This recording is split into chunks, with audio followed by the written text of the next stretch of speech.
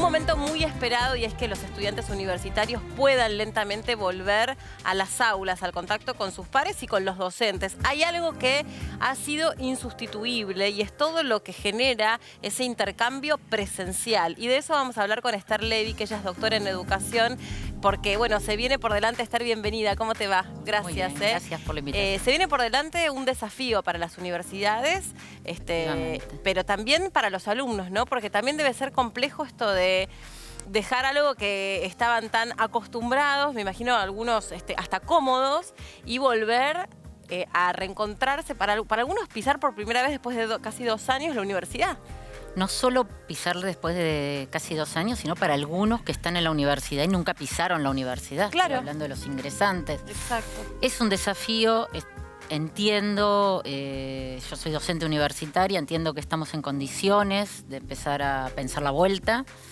El Ministerio de Educación, junto con las universidades, tomaron la decisión de que cada casa de estudio organice el regreso, lo cual es interesante en términos de futuro inmediato, pero también es un desafío, porque la pandemia nos puso en una situación convulsiva de virtualizar y de dar clases desde nuestras casas, tomar clases desde las casas los estudiantes, y no hubo opción. Y claro. Lo hicimos como se pudo y con lo que teníamos, que no era mucho en algunos casos, para docentes y para estudiantes, ¿no? Cuando decimos volver a habitar la universidad es por parte de los docentes, los no docentes y los estudiantes. Así que sí es un desafío. ¿Y qué es lo que ha resultado que sea insustituible, eso que yo decía al principio, ¿no? ¿En qué aspectos, más allá de que la tecnología es una herramienta que ha permitido que todos continuemos adelante con nuestras vidas, pero hay algo que resulta que tiene que ser sí o sí de esa manera, ¿no? Bajo esa modalidad. ¿Y con qué tiene que ver? A ver, insustituible es la presencia en las aulas. La presencialidad es insustituible, es ideal, porque no solo es la forma en que nos conocemos en un escenario pedagógico, sino porque el lugar del docente y del estudiante cara a cara es irreemplazable. Ahora bien, la virtualidad nos mostró virtualidad que ya existía. Sí, o sea, esto por supuesto, claro. No fue algo nuevo, sí, a nivel masivo, por supuesto, en todos los niveles del sistema, pero también nos equivocamos cuando hablamos de las nuevas tecnologías que empezamos a usar. Eran tecnologías que existían que no usábamos, ¿no?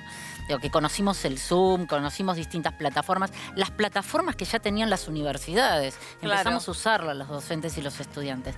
Ahora bien, no nos quedaba más remedio. También es cierto que la virtualidad exige otras cuestiones que tienen que ver, en primer lugar, la conectividad y el equipamiento. Hicimos lo que pudimos con lo que teníamos. Sí, los docentes y los estudiantes, todos. Exactamente. Sí, claro. Por otro lado, es entrar en la intimidad del otro. Entonces, hay estudiantes que no querían prender la cámara por lo que fuera, ya sea por una cuestión de conectividad o porque estabas en su casa donde compartía con sus hermanos, con su familia, o porque no quería mostrar su casa. Y la verdad es que eso es respetable. Bueno, también los docentes estamos... Y para muchos es intimidante. Absolutamente, absolutamente. Yo doy clase en la carrera de Ciencias de la Educación en los ingresantes y también a estudiantes que ya están graduándose. Y la verdad es que fue difícil en los dos extremos. Me imagino. Para todos. Y para nosotros los docentes también. Y además fue un gran esfuerzo. Aparte tomar examen de esa manera, revisar trabajos prácticos, asegurarse que efectivamente esos contenidos que ustedes volcaban eran absorbidos o interpretados por los alumnos. Ahí, no es lo mismo. Ahí está lo interesante. Y acá para pensar en este desafío que decías al principio, ¿no? ¿Vamos a volver a la presencialidad como antes, como si nada hubiera pasado? No, de ninguna manera. Nos pasaron cosas y aprendimos cosas. A ver, para enseñar no alcanza con conocer la disciplina, sino que para enseñar hay que tener algunas herramientas que por ahí en la presencialidad algunos docentes pensaban que con dar una clase oral el estudiante ya había entendido de qué se hablaba, y con lo cual eso ya estaba prácticamente resuelto. Ahora nos dimos cuenta que no es así, que no necesariamente subiendo los materiales a la plataforma, dando una clase oral, digamos, expositiva, sí. Los estudiantes no necesariamente...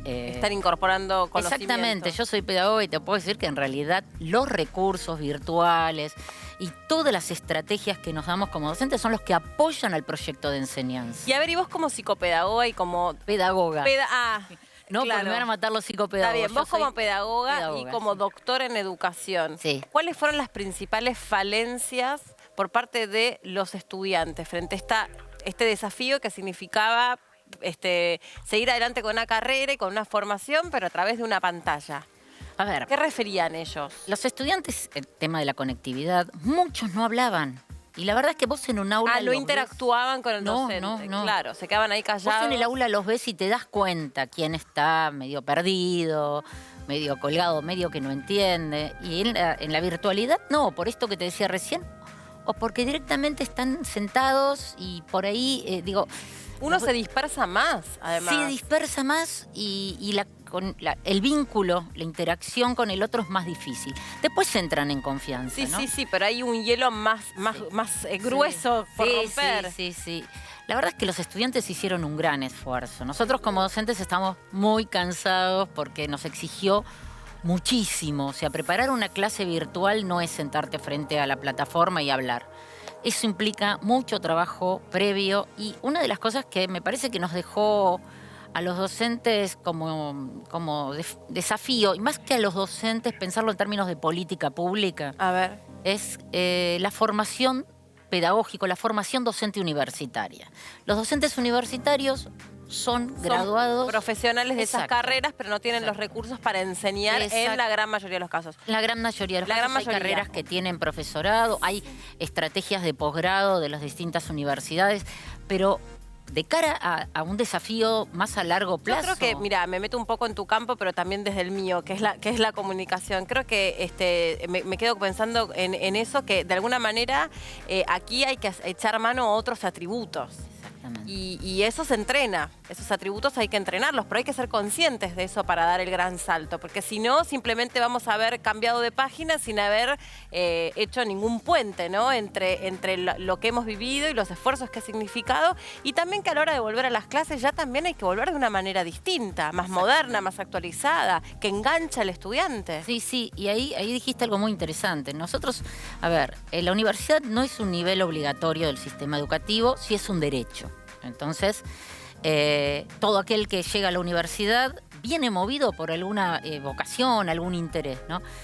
Y desde el lugar del docente lo que tenemos que conseguir o lograr es que el estudiante se siente interpelado, que no abandone la carrera porque se aburre con lo que vos enseñás o cómo lo enseñás. Hay materias que te gustan más, materias que te gustan menos. Pero nosotros como docentes tenemos que tener la capacidad de poder interpelarlos. Si se va un estudiante de la universidad es porque no le gusta la carrera o por algún motivo que nosotros como docentes no podemos resolver ahora. Nuestra responsabilidad es lograr que el estudiante continúe si lo eligió. Sí, ¿no? y creo que todo eso en todos los niveles educativos. Por supuesto que, como bien decís vos, no es lo mismo un abandono en los niveles iniciales o secundarios que a nivel universitario. Pero en algún momento te acordás que el desafío era que los pibes no se colgaran con los celulares en las clases. Sí. Y eso también, lejos de ir en contra de esa situación, que es absolutamente transversal a todos, la tecnología, los dispositivos, es, bueno, yo tengo que ser, además de un docente, un entretenedor. Tengo que registrar esa atención. Hay que registrar lo que le pasa al otro. Lo que le pasa al otro. Vos como comunicadora te pasa lo mismo. Digo, hay que registrar al otro. Y en la docencia, si no registramos al otro, estamos en un problema. Y a mí me parece que es ahí donde no hay que dejar de mirar la experiencia anterior a la pandemia, la experiencia de la pandemia para poder pensar en cómo seguimos, en cómo vamos a avanzar. Yo creo que no vamos a volver a la presencialidad plena. Hay que diseñar un nuevo paradigma, ¿no? Educativo. Hay que repensar el escenario de la enseñanza. En este caso yo estoy hablando de la universidad, pero en términos generales yo creo que los maestros y los profesores de secundario lo están haciendo porque ellos volvieron antes a la presencialidad. Ojo, hay universidades que ya están avanzando en el terreno de la presencialidad y algunas materias dentro de algunas carreras también. Claro, sí. Que lo exigieron. Sí. Ahora, ¿por qué no volvimos antes a la presencialidad en las universidades? Vos que estás metida ya en el mundo universitario y escuchás las resoluciones a nivel decanato, o sea, ¿cuál es el principal obstáculo? Porque la frase más repetida que uno escucha es, pero abrieron los teatros, los cines, los boliches, los museos y no puede abrir la universidad, una casa de estudios. ¿Con qué tiene que ver? Yo creo que, bueno, justamente las universidades son nacionales, pero tienen anclaje territorial. Ese anclaje territorial las vincula directamente, además de con el Ministerio de Educación de la Nación, con los ministerios, no con los ministerios, sino con las autoridades educativas provinciales, Sí. tanto educativas como sanitarias. La idea de los protocolos es fundamental, se está avanzando con la CIMAT en ese sentido. Ya te digo, hay universidades que ya han empezado a volver. También es cierto que el cuatrimestre en la facultad exige, o sea, la cursada en la facultad exige ciertas cuestiones que no estamos mencionando que tienen que ver con lo burocrático, que es el trabajo de los no docentes, que ellos también han trabajado muchísimo. Había que avanzar mucho en la cuestión de expediente electrónico, por ejemplo, que aprendimos a decirlo ahora. Yo la verdad desconocía. Expediente electrónico. Claro, las cosas. Todas las gestiones. Exacto, vos tomas exámenes y vos en la presencialidad tenés que tener las actas y demás, que ese es el documento que el estudiante... Que certifica que te no es lo mismo que la presentaste. prueba en la secundaria, digamos. Obvio. Bueno, todo eso tiene un contexto legal que si vos no tenés eso, Absolutamente. es muy difícil tomar parciales finales, sobre todo finales y las promociones de las materias. Yo creo que estamos en un escenario donde ya podemos empezar claramente a pensar en regreso, primero porque todos los sectores del trabajo han avanzado en la presencialidad. Y segundo, por el tema del avance de la vacunación. Cuando cuando en la ciudad de Buenos Aires se empezó a volver en la primaria, yo tengo una hija en la escuela primaria, ¿no? El problema era que los maestros todavía no estaban vacunados, ¿no? Entonces, bueno, ahora los chicos se están vacunando, digamos, estamos avanzando. Los universitarios, los docentes, estamos vacunados, a no ser que, bueno, que alguien haya decidido no hacerlo. Sí. ¿Están pidiendo dentro del protocolo la obligatoriedad de que los docentes estén No, vacunados? obligatoriedad no, al menos yo eso no escuché. Yo me vacuné enseguida, yo dije, por favor, urgente. Claro, obvio. Y los estudiantes que ya tienen, por supuesto, más de 18 años, ya entraron en la franja Sí, etaria de ya están casi todos vacunación. vacunados, Entonces, me parece que están dadas las condiciones, tenemos que reflexionar qué nos dejó la pandemia. Acá hay algo que me parece que puso en tensión dos derechos. Uno, el derecho al trabajo de los docentes, ¿no? Sí. Las condiciones laborales, ¿no? El que no tenía una buena computadora, en mi caso, me agarró el inicio de la pandemia con algo que si yo digo que es una computadora dura. La catramina.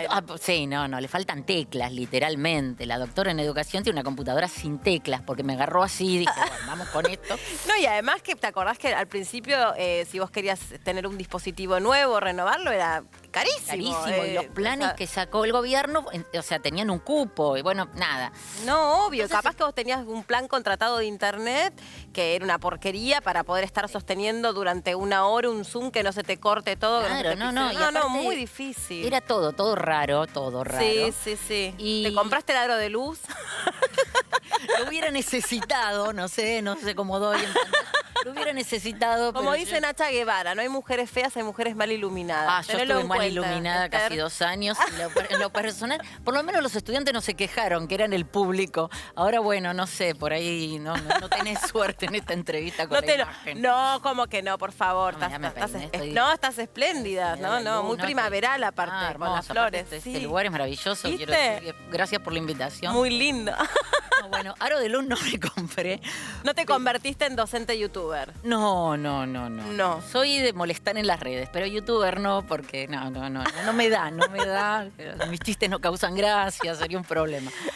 Pero bueno, volviendo al tema, por un lado el derecho al trabajo de nosotros como docentes, las condiciones de trabajo, Sí. esto que decís de la conectividad, las condiciones materiales, la computadora. No, repartir las tareas, digamos, laborales con las del cuidado de la casa y que no se te cruce Absolutamente. tu hija pidiéndote algo en la mitad de... Absolutamente. Que nos de ha pasado a todos, todos sí. mis estudiantes entraron a mi cuarto. Yo no podía creer. O sea, tengo la computadora en el único lugar tranquilo de mi casa, que es mi cuarto.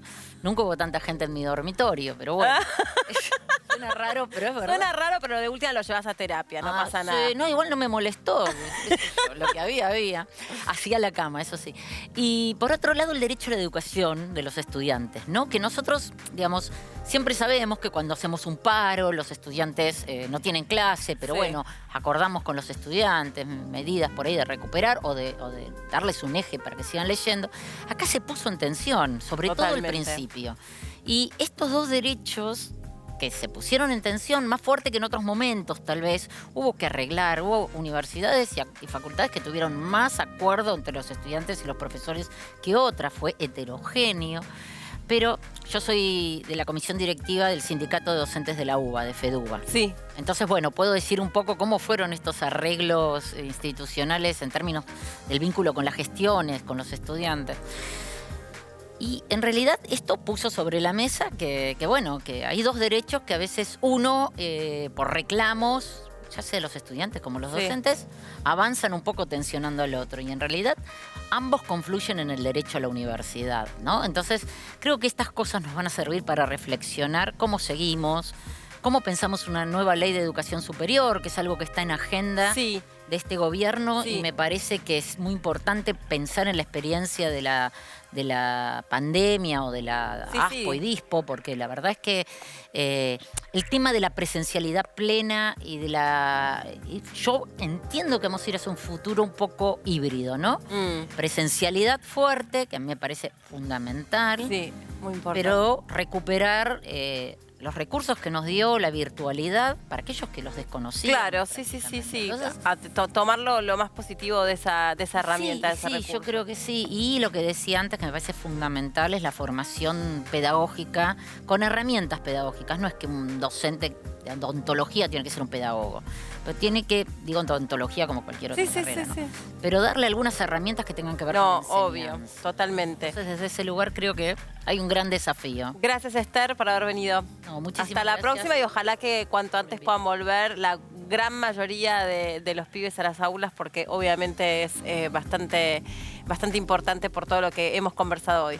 Sí. Así que bueno, muchas gracias. No, gracias a vos, Esther.